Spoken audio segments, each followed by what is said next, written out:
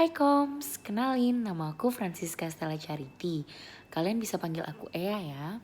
Jadi hari ini aku pengen bahas mengenai peran media sosial dalam mitigasi bencana di Indonesia. Nah, terutama bencana alam, gempa bumi, dan gunung berapi.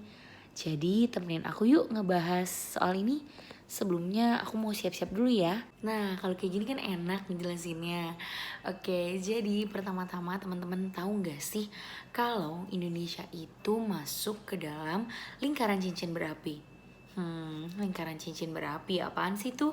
Nah, jadi lingkaran cincin berapi itu adalah zona berbahaya yang ada di dunia. Jadi, makanya kita sering banget kan dengar kalau ada bencana-bencana alam di Indonesia kayak gempa bumi, terus udah gitu ada tsunami, ada gunung berapi dan lain-lain. Tapi teman-teman sadar gak sih setiap ada bencana alam di Indonesia, semua media massa tuh ramai dan pasti peminatnya jadi semakin tinggi. Nah, ini dia nih kesempatan emas buat para wartawan untuk nyari informasi yang sebanyak-banyaknya dan akan mereka terbitkan di berita-beritanya. Tapi teman-teman jangan khawatir ya. Informasi yang diberikan oleh media massa itu merupakan informasi yang real time. Jadi kenapa kayak gitu? Karena itu tercantum di dalam undang-undang. Jadi para wartawan yang ingin meliput kejadian-kejadian bencana alam atau ingin memberikan informasi mengenai bencana alam itu harus benar adanya dengan data yang telah dikumpulkan.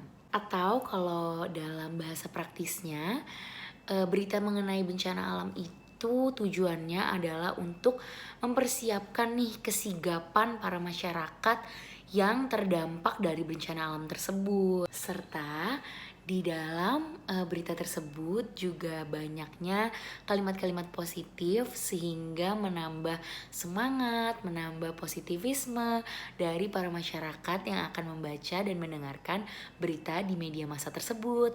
Kalau kata Wilbur Scarm, media massa itu merupakan agen pembaru. Kenapa sih merupakan agen pembaru? Karena media massa itu merupakan alat yang sangat tepat untuk memberitakan soal bencana alam. Mampu menjangkau khalayak luas secara cepat dan dapat dengan mudah mempengaruhi halayaknya.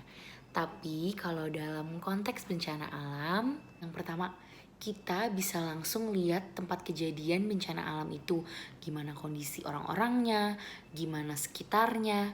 Terus yang kedua, untuk mobilisasi barang-barang bantuan nih yang dapat dibantu oleh masyarakat yang bisa nonton di rumah, yang pokoknya yang gak kena bencana alam deh. Terus yang ketiga, kita juga bisa kasih tahu edukasi gimana cara menanggulanginya, terus gimana apa yang harus dilakukan dan lain-lain.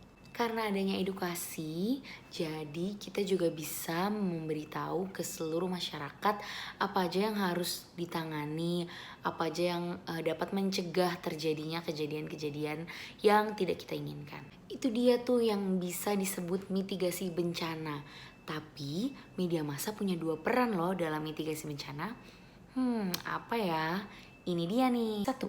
Pembangunan media massa dalam mitigasi bencana. Komunikasi bencana memiliki pengaruh yang sangat signifikan, mulai dari pra hingga pasca bencana. Nah, ada 4 aspek yang sangat penting dalam mengatasi bencana.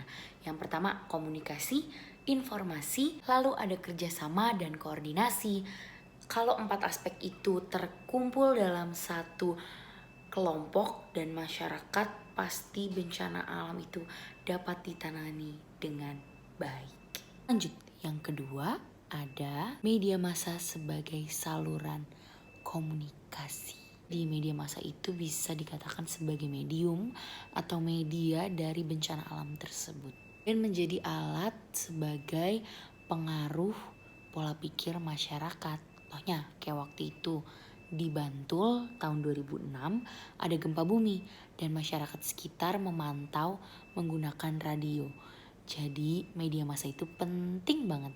Jadi intinya media massa itu tuh bukan cuma nayangin liputan doang, bukan cuma untuk nyari rating semata doang, tapi media massa juga membantu mendukung pembangunan pasca bencana yang terjadi. Jadi media itu juga membantu gimana cara menyelesaikan masalahnya, membantu pemerintah juga loh. Kayak misalnya nih bencana alam di mana butuh makanan atau butuh pakaian, butuh selimut. Nah itu tuh juga mereka tuh bantu gitu loh.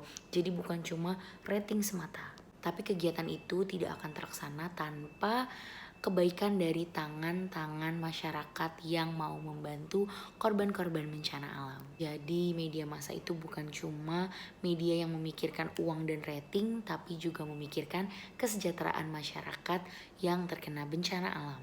Kayaknya segitu aja dari aku hari ini. Semoga apa yang aku bahas tadi, yang dari tadi dengerin aku ngoceh, itu kita semua bisa ambil hikmahnya. Dan semoga juga dapat dimengerti sama kita semua.